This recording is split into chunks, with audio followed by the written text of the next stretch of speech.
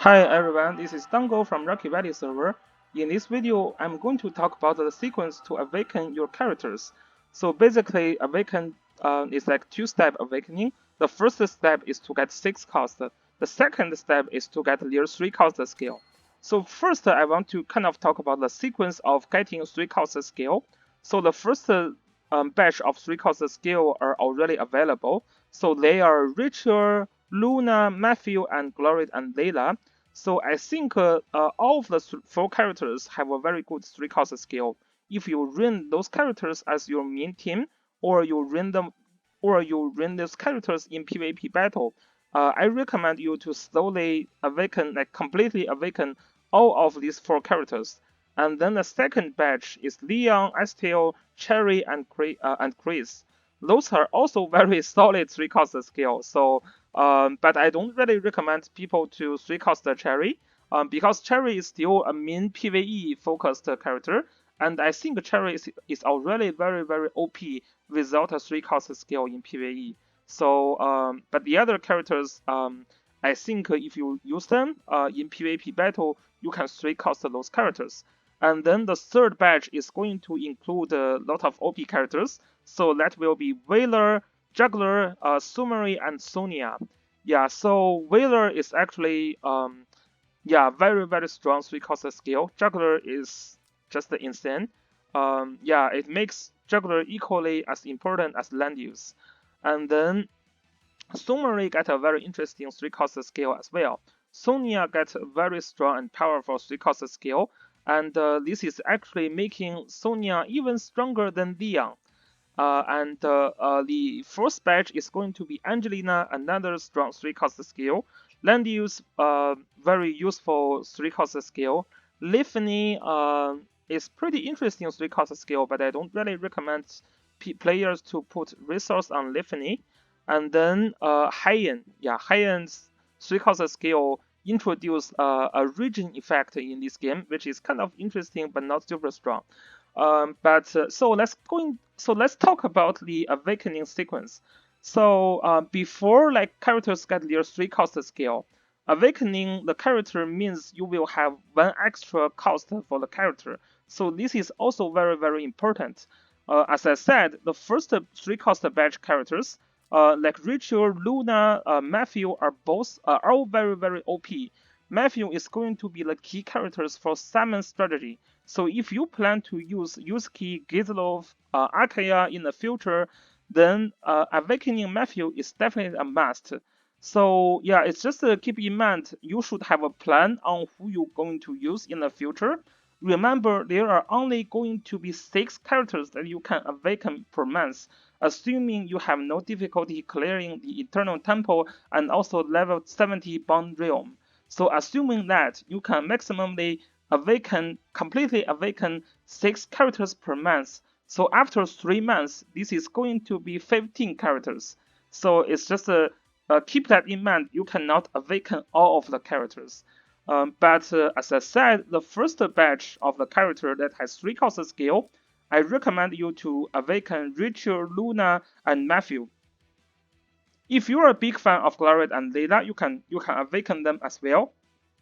I don't think they are super strong in PvP content, but they are super strong in PvE content, especially Ancient Becting Jormungandr. If you want to be very competitive in Jormungandr, you kind of have to have a very strong Glory and Layla. And then I recommend you to, so beside before the second batch of characters arrive, I really recommend you to awaken Basil, because 6 cost Basil is just a very good. You can carry faction buff plus double AoE, or faction buff 1 AoE and 1 sleep skill. It just makes your Basil more versatile to play with, and double AoE with faction buff is just super strong in PvE, right? And then I really recommend you to also 6 cost your Elven if you play him as one of the main characters. You know, you already know how strong Elven is when he can use both Sword Soul and Frontal Assault. How about using Elven's own faction buff plus Sword Soul and Frontal Assault? This is just too strong. Yeah, and then Shelfonio is going to be super good with 6 cost skill as well. Shelfonio doesn't really have a very good like single cost skill, So it kind of solved the problem when Xiaofang going to have 6 cost. So you can run faction buff plus double AoE, or you can use attack support, which is actually a very strong supportive skill. And then the other character, Zareda, I don't recommend people to awaken Zareda, but you can. If you awaken Zareda, you can try Suicide Zareda with Meteor Faction. I never think this is a good choice because this has a significant weakness. Your Zareda can only start to ignore tank from turn 3, and the speed in season 3 of Apex Arena is going to be super fast. Like by turn 3, you kind of already, like sometimes you already, whoever win the battle is already decided. So by the time of turn 3, Zareda cannot do anything. With that 6 cost skill, I don't really think that is super worth it. So I don't really recommend you to focus on awakening Zareda first. But if you have extra resource, if you make sure you're going to if you make sure that you have enough resource for all the characters that you want to awaken, then I think it is a good time to awaken Zareda. But I don't recommend you to do that. So Rini is a very interesting character to awaken actually. Rini is going to have a super good 3 cost skill. I didn't mention Rini's like 3 cost yet because she is in later turns, but she will have her 3 cost skill right before the playoff of season 3, and that is going to be a very strong 3 cost skill as well. So even without that, the first step awakening, which is giving Rini like 6 cost total, this is very useful as well. So Rini can run double AoE plus her ultra skill. This is just a very strong. And then so Valor is one of the characters that I recommend you to 6 cost.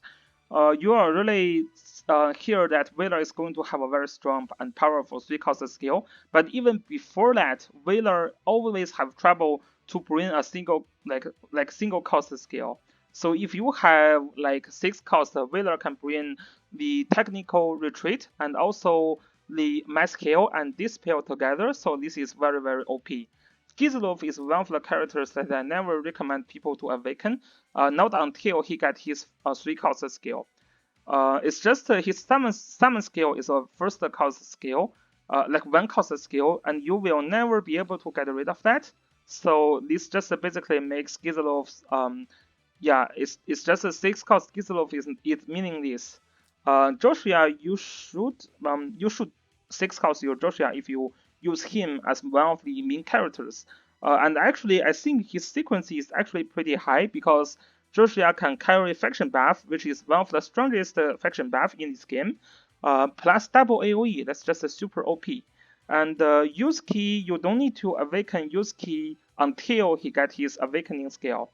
So Yusuke is also, I think he's in the same sequence with Rini, so it's pretty later. But his 3 cost skill is super OP. You should definitely save the awakening material for your Yusuke so you can awaken him immediately when he can awaken when he gets his 3 cost skill.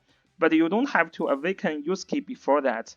The reason is just that this transformation skill is always very useful for Yusuke, and you can never get rid of that. So so this is characters you need to save your resource.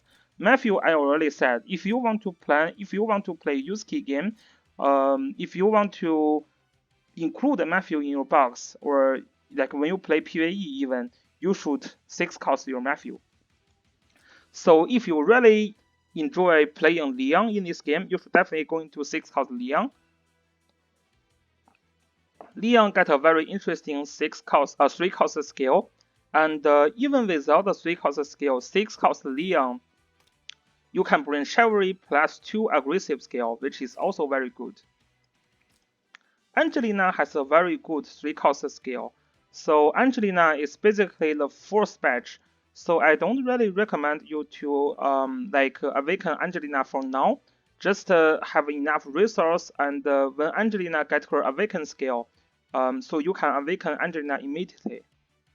Angelina is one of the very strong rush character in season 3 of Apex Arena, and I think her awaken skill works pretty well in PvE as well.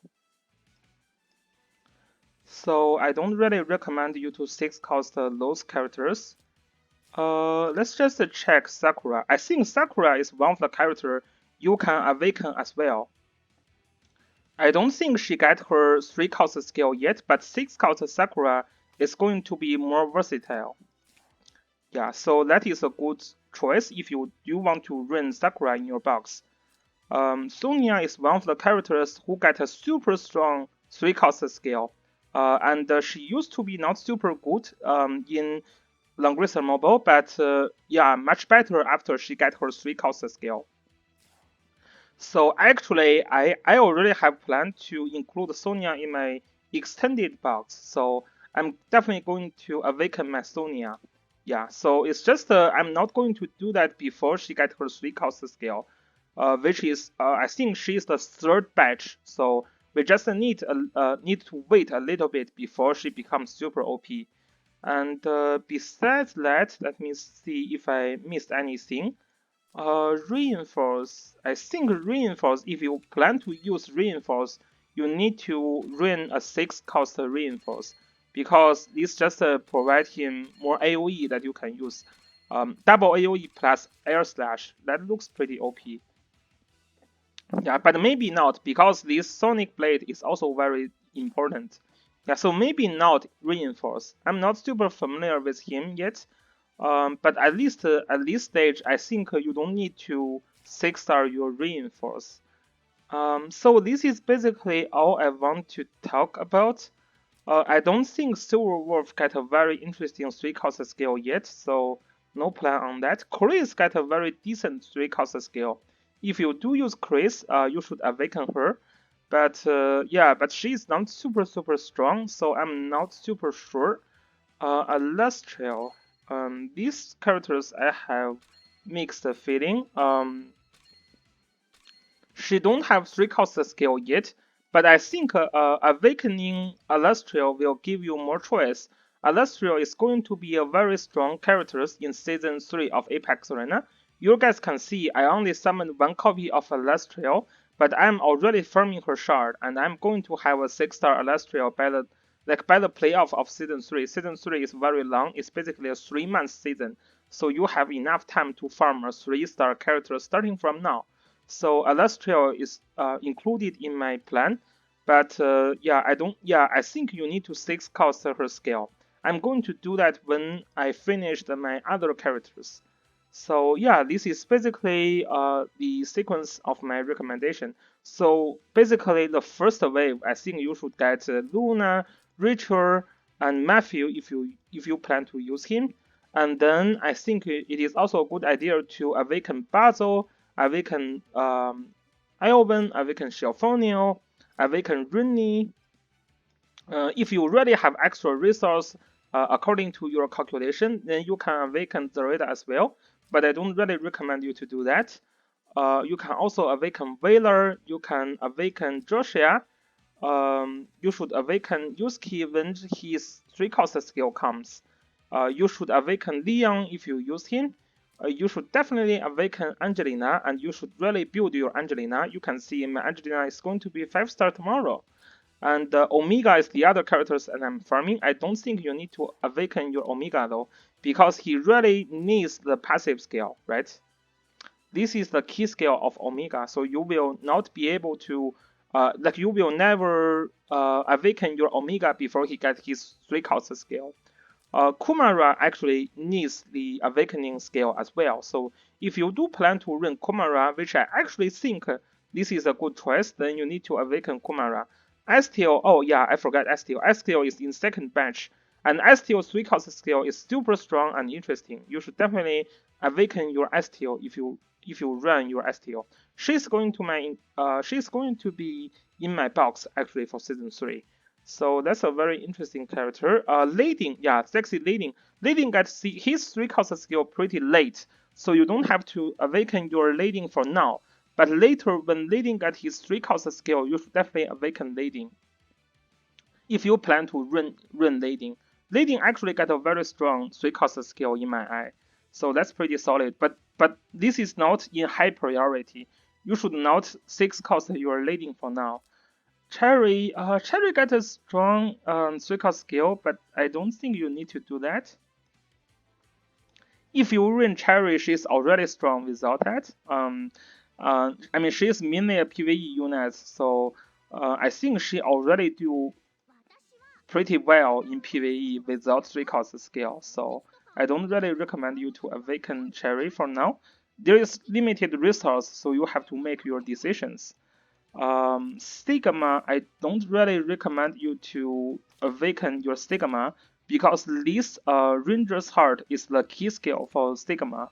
So I think, yeah, this is a very interesting character. But before he get his 3-cost skill, you don't need to awaken him. Glorid and Leda, if you run them, then you should definitely awaken them. But this is still a mainly PvE character. So this is all about this video. Oh, actually, before the end of the video, I want to mention one additional thing about Luna.